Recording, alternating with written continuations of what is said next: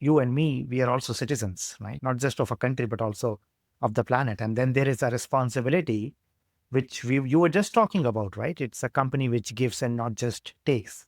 That is probably not just like a fiduciary responsibility. It is something extra. It is something which comes from that wisdom or that intuition, maybe not just from the financial institutions. So how do you navigate that balance, right? One is, if I am a leader, I want the freedom to speak, right? Because otherwise I am not happy, but it eats me up, right? If there's a topic, I have an opinion and I hold myself back. The second thing is what you said, right? Yes, there are risks. You have a role, you have a responsibility. And if you just speak, yes, there could be something, right? So how do you, and this could also happen within the organization, right? You're speaking to your team or an employee, and there is a topic which could present that kind of a dilemma. How do you, how do you balance honoring your truth, your own wisdom versus the dynamics which are in front of you? Yeah.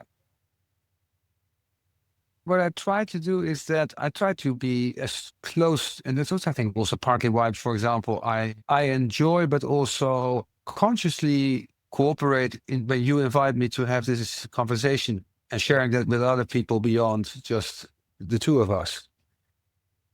Because I do feel it's important to be, to show as much as possible to the human face as a leader. Yet at the same time, I also sense that one has to be aware that when you share something, you should never forget that the position where you are at in the organization should give a different weight. And there already starts the fact that what you share will always be the way how you share and how it is received. There's always in between, something happens that is not completely predictable, but it will be not completely, maybe always in complete sync. And the stronger you make your comment, the bigger the outliers could be. And I think one has to be careful to create too many risk for outliers, that maybe you even didn't want to bring that message across how it was received, but by the fact that you are in a certain position, that it might be something that is still for many people not easy to digest or to understand. It's the combination that makes it that you have to be, it's delicate. You have to be continuously sensitive.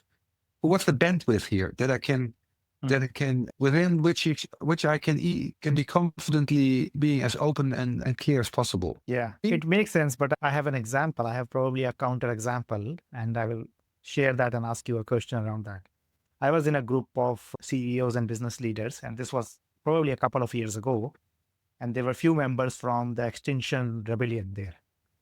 And the way they spoke, if there was a bandwidth, it was outside of that bandwidth of that room.